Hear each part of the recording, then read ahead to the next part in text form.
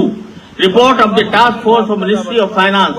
to propose measures to convert government borrowings into project-related financing according to Sharia, June 2002. Number 7, the report of Self-Reliance Commission, prepared under the Ministry of Planning, 1991.